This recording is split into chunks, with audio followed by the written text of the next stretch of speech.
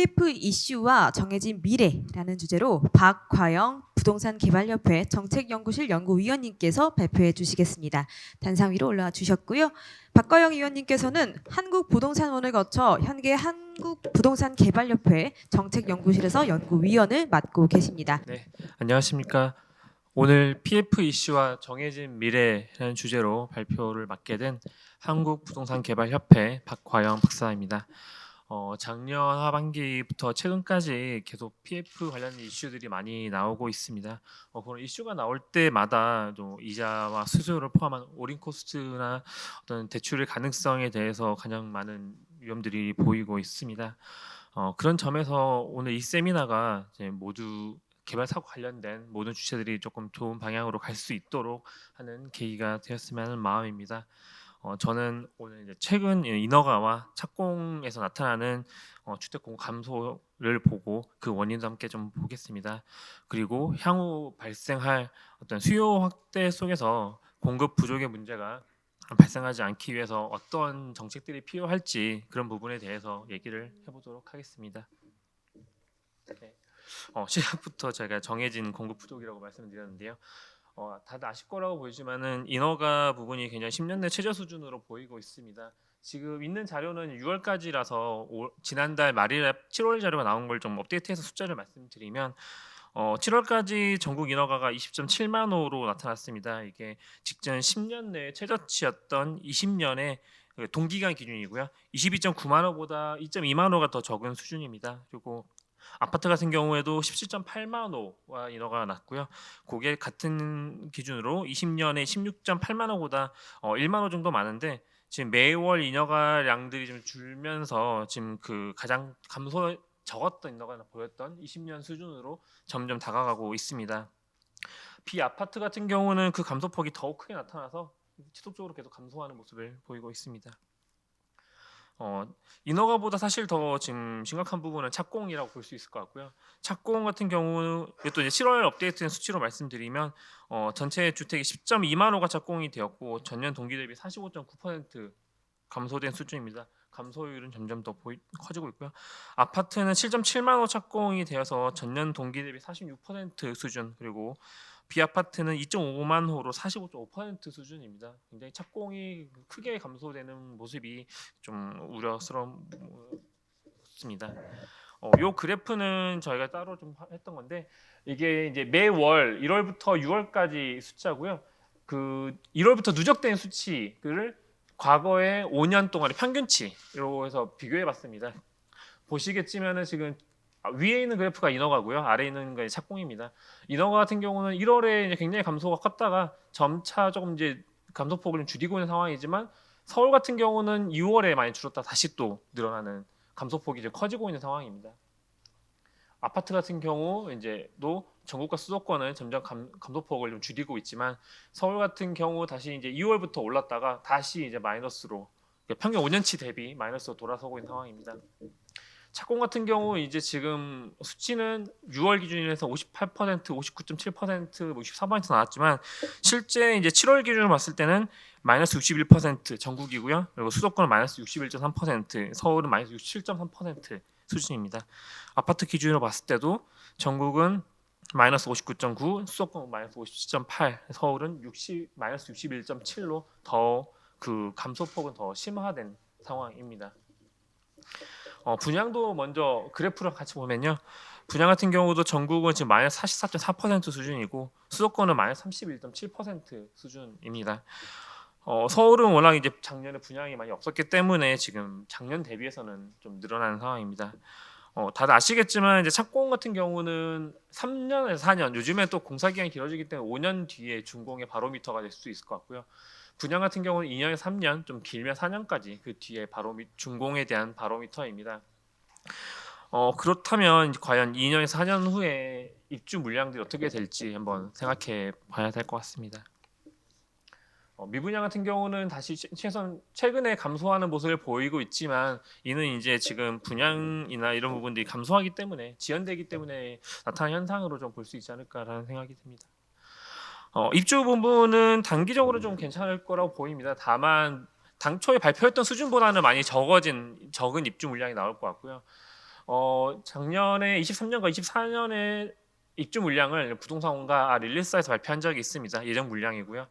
거기서 데이터를 봤을 때 일부 중복되거나 좀 그런 부분을 제외하고 입주 예정 물량들은 대부분 다 아파트를 대상으로 하고 있기 때문에 비아파트에 대한 부분들은 22년에 착공됐던 물량들을 다시 그만큼을 다시 준공을 한다라고 가정해봤을 때 대략적으로 50.9만 호 정도가 수치였습니다. 하지만 상반기 실제 입주 물량을 좀 비교해 보면요, 부동산과 릴리스사의 물량은 지금 6월까지 20.2만 호 예정이었습니다. 하지만 실제 입주 물량은 15.3만 호였고요. 그래서 4.9만 호가 실제 예정치보다는 적었습니다. 7월로 보자면 조금 더 늘어난 상황이고요. 그렇기 때문에 실제 저희가 봤을 때 입주 물량은 50.9만 호였지만 실제 40만 호 수준 또는 그보다 더 부족한 수준이 될 수도 있을 것 같습니다. 이렇게 이제 공급이 감소하는 원인들은 다시 아시겠지만 작년부터 뭐 많이 얘기했지만 삼중고 영향을 많이 볼 수 있을 것 같습니다. 거기서 이제 먼저 원자재 가격 인상들이 있을 것 같은데요. 그것들이 결국 이제 시공 단가의 상승으로 이어지고 있고, 앞서 말씀하신 연사분께서 말씀해주신 것처럼 지금 이제 공사비들은 굉장히 많이 올라가서 800만 원 수준 제시해도 시공사들이 이제 들어올까 말까 하는 그런 상황이 되고 있습니다. 두 번째도 금리 인상 부분이 있을 것 같고요. 이거는 결국 이제 사업비에서 굉장히 이제 큰 비중을 차지하게 되는 이제 이자 비용, 금융 비용의 상승을 지금 가져오고 있습니다. 실제로 이제 레고랜드 사태 그리고 계속 이제 PF 같은 경우가 단기로 이제 단기 대출 형성하게 되면서 매번 몇 월 위기설들이 뭐 3개월, 6개월마다 반복되고 있는데 그런 부분이 나올 때마다 항상 이제 채권 금리와 함께 이제 올인 코스트를 상승시키는 그런 구조를 반복적으로 보이고 있습니다. 저희가 협회에서도 지금 회원사 대상으로 PF 현황들 한 번씩 이제 모니터링을 하고 있습니다. 근데 점점 이제 사실 응답률이 좀 떨어지고 있는 상황이고요. 저희가 봤을 때 이제 사업 추진 리스크 때문에 대출 단위가 브리지론 같은 경우도 3개월 단위로 계속 연장을 요구를 하는 경우 많고, 좀 더 기간 늘릴 경우는 이제 더 높은 이자나 어떤 올인 코스트를 요구하고 있습니다. 그리고 항상 위기설, 구조설 나올 때마다 또 그런 부분 때문에 신규 대출은 어려운 상황이고, 사실 올해 지금 PF나 이런 부분이 되는 경우가 손에 꼽힐 정도라고 하고, 좀 더 비싼 올인 코스트를 하더라도 굉장히 좀 축하해주는 그런 분위기도 있는 것 같습니다. 공공택지 같은 경우는 아시겠지만 LH 협약 대출로 브릿지를 좀 대체할 수 있고, 본 PF는 이제 허그나 HF 대출을 또 받을 수 있기 때문에 비교적 원활하고, 그럼에도 불구하고 최근에 일부 사업장은 9%대 올인 코스트를 받았다라는 얘기가 들리고 있습니다. 또 민간 사업장 같은 경우는 이제 공공택지보다 훨씬 더 어려운 상황이고요. 굉장히 말씀드린 것처럼 브릿지 신규도 어렵고 본 PF도 굉장히 어려운 상황이고, 서울임에도 10% 초반대로 올인 코스트 요구하는 경우도 있는 것 같습니다. 그래서 저희가 감내 가능한 올인 코스트 수준을 지역이나 유형별로 봤을 때, 이거는 이제 회사의 어떤 재무적인 상황, 규모 그런 것 다 다르겠지만은 굉장히 현재 시장에서 대주단이 요구하는 수준보다 굉장히 낮은 수준인 것 같습니다. 그래서 지금 이제 좀 여력이 있는 분들은 조금 더 시간을 좀 지켜보려는 분들도 계시지만은, 어려운 분들은 이제 대주단에서 요구하는 시공사를 빨리 확정해서 괜찮은 시공사를 좀 확보해라 하면 이제 그쪽으로 요청을 하고 이제 컨택을 해보고 있지만, 시공사 같은 경우도 아직 여력이 또 요즘 또 상황이 또 변수가 많기 때문에 시공사도 이제 선별적으로 좀 하고 있는 상황입니다. 이것도 앞서 발표하신 분께서 말씀하셨지만은, 사실 토지비가 지금 같은 상황에서는 안정이 되고 좀 줄어야 되는 상황인데, 견고한 토지 가격은 항상 보이고 있고요. 그렇기 때문에 어떤 비용에 대해서 어떤 개선이 되는 거는 쉽지 않은 모습입니다. 그리고 또 인건비에 대한 부분들, 특히 이제 주 52시간, 또 현장 관리 강화, 또 최근에 있었던 시공 품질 이슈, 이런 부분들이 결국은 공사 기간을 연장하게 되고 또 인력을 더 많이 투입해야 되는 그런 상황이 오기 때문에 이 비용은 적어도 오르면 오르지 더 떨어지지는 않을 그런 상황들이 계속 반복되고 있습니다. 이런 상황에서도 이제 수요 부분은 어떻게 봐야 될지 한번 지켜보면요. 올해 이제 작년 말부터 굉장히 거래량이 많이 줄었고 거의 이제 절벽 수준이다라는 얘기했었는데요. 특례보금자리가 도입되고 거래는 소폭 회복했지만 여전히 이제 장기적으로 봤을 때도 가장 아래쪽에 위치하고 있습니다. 연령대별로 보면 30대가 거래량이 상당히 많이 늘어나고 비중이 많이 늘어났습니다. 지금 30대 거래 비중이 가장 높게 나타나고 있는데요. 가장 마지막에 그래프 보시면 30대, 40대, 50대의 거래 비중을 좀 봤는데 과거에 계속 1대 1대1 같은 비율을 보였지만 최근에는 30대가 비중이 늘어나면서 아마 4대 3대 3 또는 4대 3대 2, 4대 3대 2 정도 뭐 그런 형태를 보이지 않을까 생각이 듭니다. 그래서 이제는 조금 신규 수요가 진입되는 30세 때를 앞으로 인구 구성이 어떻게 되는지를 조금 봐야 할 필요가 있지 않을까 생각을 듭니다. 거래 같은 경우도 이제 가격 같은 경우도 마찬가지로 23년 2월부터 공동주택이 좀 상승하는 편이고 연립 4세대에 대해서는 계속 좀 하락하는 모습을 보이고 있습니다. 전세 같은 경우도 이제 시세는 이제 쪽 보합세로 좀 돌아가고 있고요. 연립 4세대는 계속 하락하고 있습니다. 특히 연립 4세대 같은 경우는 이제 이제 전세 그 보증금을 좀 되돌려주지 못하는 그런 이슈 때문에 지속적으로 하락하는 모습을 보이고 있고요. 월세는 23년 이후 상승세로 전환을 하고 있습니다. 월세 같은 경우도 결국은 이제 전세보다는 월세 선택하는 것이 대출 이자를 감안했을 때 훨씬 더 유리한 상황이게 되고 또 주택을 보유하고 있는 사람 입장에서도 점점 기대 수익률을 보면은 좀 더 금리가 상승하기 때문에 서로 그런 부분에서 맞물려서 월세는 상승하고 있는 모습을 보이고 있습니다.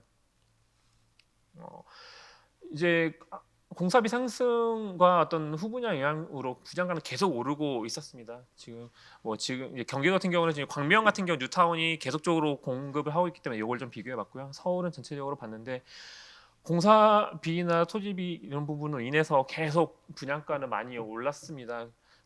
그래서 22년 때는 좀 더 경쟁률이 좀 떨어지다가 다시 23년부터는 가격이 올랐음에도 경쟁률이 다시 오르고 있고요. 많은 언론에서 얘기하겠지만 지금 분양가 가장 저렴하다라는 시장의 그런 내용들이 실제 수요자들에게 좀 더 반영되고 있는 것이 아닌가라는 생각이 듭니다.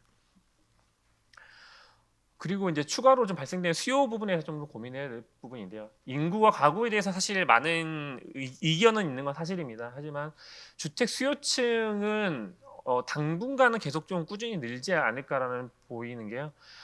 일단 주택을 가장 많이 수요층인 30세와 84세, 그러니까 가구주 나이 기준이고요.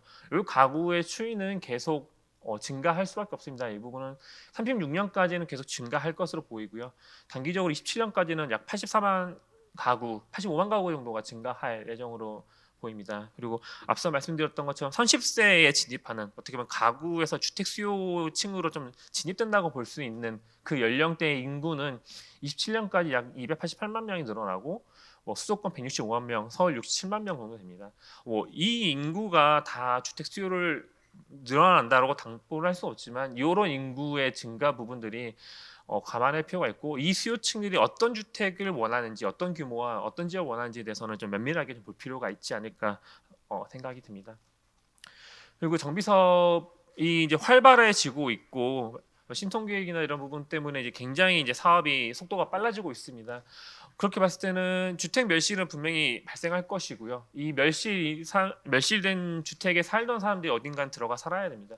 그 주택 수요가 일시적으로 초과 수요가 발생할 수 있고요. 22년 기준에 일단 정비사업 통계상 현재 정비사업 구역으로 되어 있는 데는 18.9만 호 정도 수준이고요. 정부가 이제 작년에 이제 그 주택 공급 목표에서 37만 호 정도 수도권 37만 호를 이제 정비 사업을 통해서 공급을 하겠다라고 했었는데 최종적으로 37만 호 정도 공급이 되려면 약 19.4만 호 정도가 매실이 될 것으로 보입니다. 이건 이제 재개발 기준으로 봤을 때 기준이고요. 만약에 재건축은 사실상 지금 이제 정비 사업을 한다고 해서 실질적으로 늘어나는 주택수 많이 적기 때문에 실제 멸실에 대한 추정치는 더 많이 늘어날 것으로 보입니다. 그래서 이런 부분들이 멸실이 일어날 때 일시적인 이제 수요가 늘어날 때마다 국지적으로 이제 주택 부족 문제들이 발생할 것으로 보입니다. 네, 그래서 현 상황에서 공급은 계속 이 현재 구조가 반복이 된다면 현 상황에서는 공급은 지속 감소할 분위기가 보이고요. 그런 경우는 이제 현재 진행하는 사업의 수익이 발생하지 않기 때문에 후속 사업조차도 좀 진행이 좀 어려운 부분이 많이 있는 것 같습니다. 네. 그리고 수요 부분은 이제 점점 회복하고 있고 앞으로 이제 주택 구매나 그런 부분으로 관심이 가질 수요층은 점점 늘어나기 때문에 지금은 이제 회복을 하는 상황이지만 조금 더 속도가 빨라질 수도 있는 부분이 있는 것 같습니다. 이 부분은 이제 실질적으로 입주 물량이 감소하는 시점부터 좀 더 많이 나타나지 않을까 생각이 들고 있습니다. 그리고 그러면 이제 정해진 미래, 지금까지는 좀 안 좋은 방향으로 말씀을 드렸었는데요. 정해진 미래를 바꾸기 위한 공급 촉진 방안들이 어떻게 있을까라고 보면요. 단기적으로 시장 구조 하에서는 사실 큰 전환을 가져오긴 쉽지 않을 것 같습니다. 또 개발을 하고는 시행 관점, 그리고 대주단의 입장, 그리고 또 시공의 입장 모두가 좀 적극적으로 좀 나설 수 있는 분위기는 사실 여의치는 않아 보입니다. 그렇다면 조금 더 정책적이나 제도적으로 조금 지원을 해서 단기적인 공급이 조금 어려운 부분을 조금 돌파해야 하는 그런 부분이 필요할 것 같고요. 거기서는 인허가 착공 단계에서 지연 해소를 위한 부분, 그리고 신규 공급 지연을 방지하는 부분, 그리고 지금까지 우리 정책이 아파트 중심으로 많이 되어 있었는데 모든 사람들이 아파트에 살 수는 없는 건 맞습니다. 그렇기 때문에 비아파트와 비주택이 공급이 많이 줄었었는데 그런 부분을 개선을 해야 되는 부분에 대해서 조금 말씀을 드리도록 하겠습니다. 우선 인허가 착공 지연 해소 부분은 일단 인허가 자체적인 요소도 분명히 있습니다. 하지만 이 부분은 이제 지자체마다 상황이 다르고 지자체의 어떤 지역의 맥락이나 상황이 다르기 때문에 일단 오늘 자리에서는 좀 그 부분을 말씀드리기 어려울 것 같고 대신에 이제 자금 조달 관련해서만 좀 말씀을 드리겠습니다. 우선 안정적 주택 공급을 위해서 감내 가능한 수준의 금융 비용으로 자금 조달이 가능할 수 있도록 한시적 지원이 조금 필요하지 않을까 생각이 됩니다. 이거는 제가 그냥 아이디어 차원에서 그냥 말씀을 드리는 건데요. 그 주택도시기금의 일부를 한시적으로라도 조금 활용해서 개발사업 자금 대출 좀 목적으로 좀 신디케이션을 좀 하는 건 어떨까라는 생각을 해봤습니다. 현실성에 이런 부분들 좀 지켜봐야 되겠지만은 어떤 미국에서도 이제 그 저렴한 주택 공급을 그러니까 저소득층이나 좀 어려운 분들이 살 수 있는 주택 공급을 위해서 텍스 크레딧이라고 해서 이제 세액공제금을 확보를 하고요. 그걸 가지고 이제 금융을 일으켜서 자금을 좀 조달합니다. 그걸 가지고 이제 주택 공급을 하고 있는데요. 또 그런 아이디어를 좀 착안해서 좀 한시적으로라도 조금 활용할 수 있는 방안이 있을까 생각이 듭니다. 다만 이제 어떤 공적 자금을 활용을 하고 또 이제 어떤 민간의 어떤 사업을 위한 자금을 좀 지원한다는 측면에서 가장 안정적인 사업장 중심으로 건실한 사업장 중심으로 좀 지원할 수밖에 없을 것 같고요. 그럼에도 불구하고 이제 상황이 어려운 사업장 같은 경우는 이제 과감하게 좀 낮은 가격에 인수해서 또 개발을 해서 조금 공급도 진행이 할 수 있게끔 하는 부분도 필요할 것 같습니다. 그리고 이제 두 번째는 미분양 해소인데요. 미분양 해소는 사실 이제 어떻게 보면은 이제 사업에서 이제 자금 계속 지속적으로 이제 사업이 가능할 수 있는 기반이 될 것 같습니다. 이게 어떤 시행 입장에서도 미분양 해소가 되면 자금이 들어오는 것이고요. 또 대주자 입장에서는 앞으로의 진행될 사업에 있어서 좀 더 분양성이나 어떤 미분양의 우려나 이런 부분도 해소할 수 있기 때문에 여러모로 좀 미분양을 조금은 해소할 수 있는 방안이 필요하지 않을까 싶고요. 공공도 지금 신규 공급이 지금 어려운 상황이기 때문에 이런 부분에 대해서는 공공에서 매입을 해서 임대주택이라든지 활용할 수 있는 방안들이 있을 것 같고 시장에서는 이제 등록임대주 사업자를 좀 활성화할 수 있도록 미분양 주택은 좀 더 과감하게 좀 제도 개선을 해서 일정 부분 미분양을 해소할 수 있는 방안에 대해서 고민이 좀 필요한 것으로 보입니다. 그리고 공사비 합리화를 위한 시공비 이 부분은 제가 이제 개인적으로 의견이었는데요. 정비사업 같은 경우는 이제 많이 조금 조합에서 정보력이 많이 부족한 부분이 있습니다. 그래서 지금 조합마다 굉장히 많은 가격 시공비 차이가 있다 보니까 이런 조금 일반 어느 정도의 지역별 어느 정도 규모나 어떤 품질 수준별로 좀 어느 정도 건축비의 좀 표준적인 수준을 한번 좀 해서 좀 개선할 필요가 있지 않을까라는 생각이 들고요. 그다음에 신규 공급 추진 해소 방안 같은 경우는 이제 공공택지 부분을 조금 말씀드리고 싶었던 것이 공공택지 공급이 현재 지금 3기 신도시마저도 지금 택지 매각이 잘 안 되고 있는 부분이 나타나고 있습니다. 그리고 그것은 결국 이제 사업자들 입장에서는 지금 진행하고 있는 사업들로 어려운 마당에 새로운 택지까지 진입하기 굉장히 어려운 것이죠. 그래서 조금 더 택지 매각을 할 때 이제 택지를 사서 개발하는 입장에서 조금 더 이제 유연성을 좀 보장할 수 있도록 좀 제도 개선이 필요하다고 보이는 것이고요. 최근에 전매 허용이라든지 사용 승낙서 발급을 통해서 개발 사업을 좀 더 원활하게 할 수 있도록 하는 얘기들은 나오고 있는데 전매 허용 입장에서는 LH의 입장에서는 어쨌든 이제 만약에 진행 이제 토지가 매각됐던 부분을 다시 이제 더 이상 사업을 못 하겠다 돌려 이제 반환하겠다 했을 때 LH도 굉장히 그 많은 현금 흐름상 문제가 발생될 수 있기 때문에 적어도 이제 기존에 이제 토지를 샀던 이제 사업자 입장에서 그걸 이제 반납하는 그런 부분에서 재무부담 해소가 되지 않을까라는 생각이 들지만 시장 내에서 전매 가능성 부분에서는 단기적으로는 좀 물음표가 있는 건 맞는 것 같습니다. 그래서 과거 글로벌 금융 위기 때 좀 굉장히 적극적으로 조금 나왔던 정책이었는데요. 사실 이거는 나중에서 좀 많은 비판도 있을 수 있고 여러 가지 의견이 있을 수 있지만은 토지 턴제 같은 부분도 지금 한시적으로라도 조금 검토해 볼 필요가 있지 않을까 싶습니다. 이 부분들은 어떤 좀 지금보다 좀 위기가 컸을 때 적어도 좀 반환을 좀 부담 없이 할 수 있다는 그런 자체가 좀 토지 매입에 대한 심리적인 안정감을 줄 수 있기 때문에 이런 부분도 좀 고민할 필요가 있지 않을까 싶습니다. 비아파트 비주택 제도 개선 부분인데요. 이 부분은 저희가 항상 주거의 정책을 봤을 때 연령과 연령 수준, 소득 수준, 자산 수준을 봤을 때 모든 계층별로 정책은 좀 탄탄해야 된다고 생각을 합니다. 하지만 실제 지금까지 주거 정책은 사실 공급 중심이었고 공급도 결국 아파트 중심이었습니다. 어떻게 보면 좀 중산층을 위한 정책이 좀 많았다고 볼 수 있는데요. 지금은 이제 앞으로도 지금 비아파트 부분이 몇 실이나 이런 부분이 굉장히 많이 나타날 수 있기 때문에 실질적으로 그분들이 살 수 있는 공간들이 많이 부족해지고 결국 그 부분은 이제 이 주거비의 인상이 나타날 것입니다. 그렇기 때문에 좀 이런 부분에 대해서 개선이 필요하다라고 볼 수 있습니다. 앞서도 말씀드렸던 것처럼 비아파트의 인허가 착공은 지금 한 15년 정도 가장 최고의 시점을 공급 시점을 보였는데요. 그 시점 대비 4분의 1에서 6분의 1 수준이고 서울의 인허가는 지금 11분의 1까지 떨어졌습니다. 그리고 앞에 이제 말씀드렸지만은 도시형 생활주택 같은 경우에 서울에 23년 5월, 6월에 인허가가 0이었습니다. 한 번도 그런 적이 없었고요. 2009년 도입되고 나서 사실 적어도 매달 몇백 호에서 몇천 호, 1,200호 정도의 인허가 났지만은 0세대가 나온 정도는 아마 처음이었던 걸로 알고 있습니다. 그 정도로 조금 심각하기 때문에 젊은 서민, 청년 1인 가구 생활 공간이 더 이상 이제 공급이 줄지 않도록 하기 위해서는 이런 부분의 공급도 적극적으로 필요할 것으로 보입니다. 사실 이런 이 비아파트의 사업장은 자금적으로 훨씬 더 어려운 상황이거든요. 그래서 이런 부분도 전반적으로 좀 검토가 필요하지 않을까 생각됩니다. 그리고 비아파트와 함께 비주택 부분도 좀 고민할 필요가 있는데 오피스텔이 지금까지 건축물 대장상 기준으로 120만 실이 공급이 되어 있습니다. 그만큼 부족한 도심 주택의 대안으로서 활용하고 있었고요. 이게 총 주택 수 대비해서 6.3% 수준입니다. 다만 이제 이 120만 실이 모두가 주거공간 사용하지 않기 때문에 좀 더 면밀히 보자면 인구총 조사 22년 인구총 조사 기준에서 약 17.1만 실이 주거로 사용되고 있다고 되어 있습니다. 이건 조사상 그렇지만 실질적으로 조금 더 주거로 사용하는 부분 더 많을 것으로 보이고요. 전용 60제곱미터 이하가 100만 실 정도가 되고 있습니다.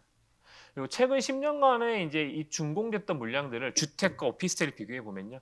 물론 이건 전용 40제곱미터 이하 기준이지만은 지난 10년간 아파트 이제 주택 전체의 공급 물량은 54만 호 정도 됐습니다. 근데 오피스텔은 53만 실입니다. 사실상 5대5의 비중으로 소형 주거에 있어서는 오피스텔이 거의 반 정도 차고 있는 상황이고요.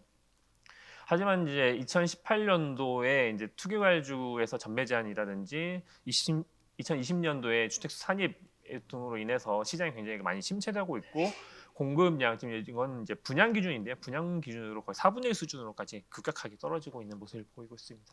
이렇게 분양이 감소된다는 것은 결국 이것도 마찬가지로 그 뒤에 한 3년, 4년 뭐 장은 2년도 있겠지만 그 뒤에 이제 입주 물량이 똑같이 감소되기 때문에 도심의 이제 주거 공간의 감소는 또 더 가속화될 수 있을 것 같습니다. 그러면 비아파트 비주택 제도 개선을 통해서 하려면 어떤 전제사항이 무엇일까 보면요. 이거는 사실 아파트도 마찬가지겠지만 안정적 임대 수요, 그러니까 이제 매입한 사람들의 입장인데요. 매입할 수요가 있으려면은 이제 안정적 임대 수요가 분명히 있어야 됩니다. 그러니까 임대하려는 의향이 있는 사람의 수요인데요. 그렇게 이 부분은 결국 이제 주거비와 연결되는데 지금 계속 4주택 이슈라든지 그런 부분들이 조세를 강화했던 부분이 있는데 그 부분이 결국 비용을 증가시키고 그거는 결국 임대료로 전가되는 거는 항상 일어났습니다. 그렇기 때문에 조금 더 이제 조세 부분에서 이제 비용을 좀 줄일 수 있는, 그래서 임대료를 좀 안정화시킬 수 있는 정책이 필요하고, 그렇기 때문에 사실 오피스텔과 포함해서 소형 면적의 주거 공간은 좀 더 전향적으로 주택수 산입을 좀 제외하는 부분도 검토할 필요가 있을 것 같고요. 등록임대 사업자도 2018년도부터 점점 규제가 강화됐는데요. 그 전 수준으로 좀 더 적극적으로 조금 등록임대 사업자를 양성할 필요가 있지 않을까 싶습니다. 이런 경우는 매년 그래도 임대료의 인상률을 좀 억제할 수 있기 때문에 장기적으로 봤을 때는 굉장히 주거 임차 시장의 안정에도 기여가 클 것으로 보입니다. 그리고 다세대 부분 같은 경우도 지금 660제곱미터로 좀 작은데요. 이렇기 때문에 사실 양질의 조금 다세대 주택을 공급하기 어려운 부분도 많이 있습니다. 그렇기 때문에 다세대의 규모를 조금 더 키우고 층수를 조금 더 올려서 좀 더 양질의 다세대를 공급할 필요도 있는 것 같습니다. 네, 그리고 이제 기업형 임대사업자 부분들도 지금 이제 법인 관련해서 이제 많이 비용이 좀 많이 발생하는 걸로 알고 있는데요. 기업형 임대사업자도 육성할 필요가 있고, 또 보증금 문제는 이제 항상 전세 보증금 이슈로 많이 얘기가 되고 있는데, 보증금 비중은 좀 더 축소시키되 또 준전세나 준월세 형태로 가서 임차인도 보호하고 어떤 시장 변화에 대응 가능한 건전한 임대인을 육성하는 부분이 필요할 것 같습니다. 이 부분은 이제 앞으로 계속 얘기될 수 있는 부분인데요. 노인 가구는 앞으로도 계속이 늘어날 수밖에 없습니다. 그런데 노인 가구가 지금의 아파트, 지금의 뭐 다세대 단독 에 살기에는 많은 서비스들이 부족합니다. 단순한 공간이고요. 이들이 조금 거주하는데 필요한 시설이나 어떤 서비스들이 많이 부족합니다. 그렇기 때문에 노인 가구들이 그들이 필요한 서비스를 연계해서 할 수 있는, 그러니까 즉 주거 공간과 안정된 삶을 지원하는 생활 서비스 연계형 노인주택이라는 새로운 상품이 필요할 수밖에 없습니다. 현재까지는 공공과 민간 차원에서 공공은 소득 1, 2분위 굉장히 좀 저소득층을 대상으로 한 임대주택이 있고요. 또 민간은 굉장히 고자산과 고소득의 노인 가구를 대상으로 하는 고급 실버타운 위주로 되어 있습니다. 그래서 중산층의 노인 가구가의 대상으로 하는 시장이 좀 필요할 것 같고요. 이게 이제 파급되는 부분은 굉장히 이제 선순환 효과가 있는데요. 고령자 가구가 이제 기존에 살고 있던 주택에서 노인 주택으로 이제 이동을 하게 되면은 그 주택에 이제 청년이나 장년들이 가구가 이제 들어갈 수 있는 것이죠. 그래서 이제 선순환 구조를 형성할 수가 있습니다.